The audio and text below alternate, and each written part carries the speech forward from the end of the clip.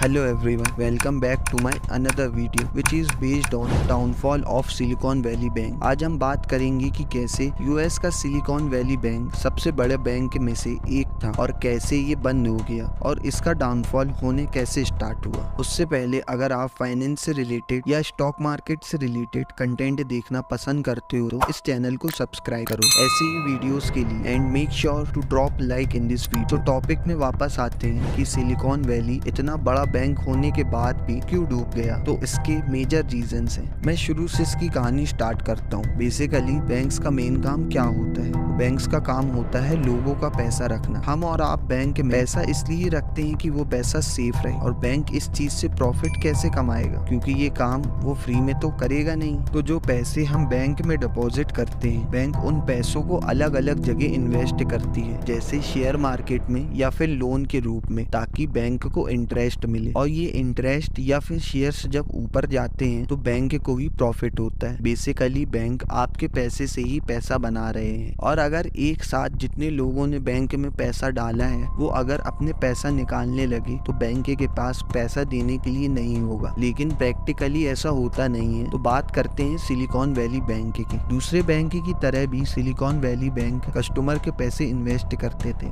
लेकिन इस बैंक ने एक बेसिक इन्वेस्टमेंट का रूल फॉलो नहीं किया, जिसकी वजह से ये आज डाउनफॉल में है। अब इस रूल के बारे में कई सारे प्रोफेशनल इन्वेस्टर भी बोलते हैं कि डाइवर्सिफाई और इन्वेस्टमेंट। आप अगर अपने सारे पैसे एक जगह लगा दोगे तो इट्स अ ह्यूज रिस्क। अगर जिस चीज में आपने पैसे लगाए हो वो क्रैश हो जाती है तो आपका पोर्टफोलियो कम हो जाएगा। That's why you have to diversify your portfolio. So 2005 के बाद से सिलिकॉन वैली स्टार्टअप में इन्वेस्ट करते थे। उन्होंने 50% पोर्टफोलियो स्टार्टअप कंपनीज में इन्वेस्ट करके रखा था। जहाँ तक कि इंडिया की भी कई न्यू कंपनी में इस बैंक ने इन्वेस्टमेंट कर रखी थी। और ये बैंक ज्यादातर टेक कंपनीज में इन्वेस्ट करती थी और टेक्नोलॉजी कंपनीज भी सिलिकॉन वैली बैंक ही प्रेफर करती थी, क्योंकि ये बैंक की इमेज काफी अच्छी थी। अब साल 2020 की बात करते हैं, जब पैंडेमिक का टाइम आया। ये टाइम में मार्केट नीचे जा रहा था, लेकिन टेक कंपनीज प्रॉफिट कमा रही थी, क्योंकि पैंडेमिक में लोग घर पे बैठकर सिर्फ टेक्नोलॉजी का यूज करते थे, एप्स एंड वेबसाइट। तो पैंडेमिक के टाइम ये बैंक के पास बहुत पैसे आ गए। उसके अलावा जो टेक कंपनीज के पास पैसे आए तो ज्यादातर कंपनीज ने इस बैंक को ही डिपॉजिट के लिए चूज किया। इससे पहले सिर्फ $68 बिलियन इस बैंक में डिपॉजिट थे, लेकिन पैंडेमिक के बाद जब ज्यादातर कंपनीज में इसमें पैसे डाली तो इसकी इन्वेस्टमेंट $130 बिलियन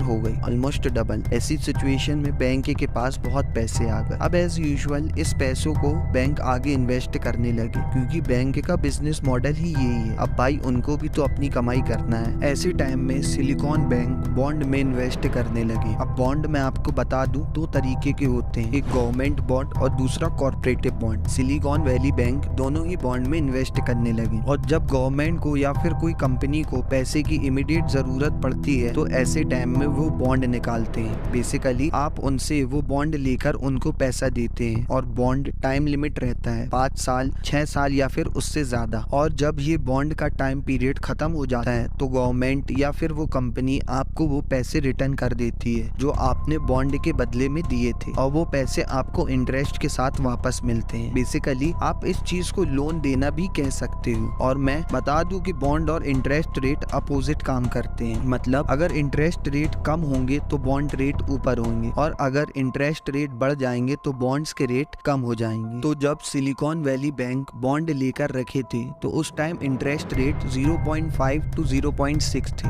मतलब ऑलमोस्ट ना के बराबर। लेकिन जब पैंडेमिक पीरियड खत्म हो गया तो लोग लोन ज्यादा लेने लग गए, और ये देखकर यूएस गवर्नमेंट को इंटरेस्ट रेट बढ़ाना पड़ गया। और जब इंटरेस्ट रेट बढ़े तो बॉन्ड्स जो सिलिकॉन वैली ने लेकर रखे थे उसकी भी वैल्यू कम हो गई। और ये गवर्नमेंट ने इंटरेस्ट रेट इन्फ्लेशन को कम करने के लिए बढ़ाया था कि ज्यादा लोग लोन न ले और महंगाई ज्यादा न बढ़े। लेकिन इसका नेगेटिव इम्पैक्ट सिलिकॉन वैली को देखना पड़ा। तो सिलिकॉन वैली बैंक को अपने बॉन्ड्स का लॉस हो ही रहा था, लेकिन वो तब भी अपने बॉन्ड्स को सेल नहीं कर रहे थे। प्रॉब्लम तब आई जब टेक कंपनीज लोन लेने पहुंची, लेकिन प्रॉब्लम क्या थी कि इंटरेस्ट रेट हाई थे। अब ऐसे में कंपनीज ने लोन लेना सही नहीं समझा और ऐसी सिचुएशन में कंपनीज ने खुद का पैसा निकालना प्रेफर किया, जो पैसा उन्होंने सिलिकॉन वैली बैंक में डालकर रखा था। तो ज्यादातर टेक कंपनीज अपना पैसा निकालने लगे और जब बड़े अमाउंट में पैसा निकलना स्टार्ट हुआ तो ऐसे में बैंक के पास पैसा देने के लिए नहीं बचा, तो बैंक अपने बॉन्ड सेल करने लगी, वो भी लॉस में। बैंक के पास टोटल $21 बिलियन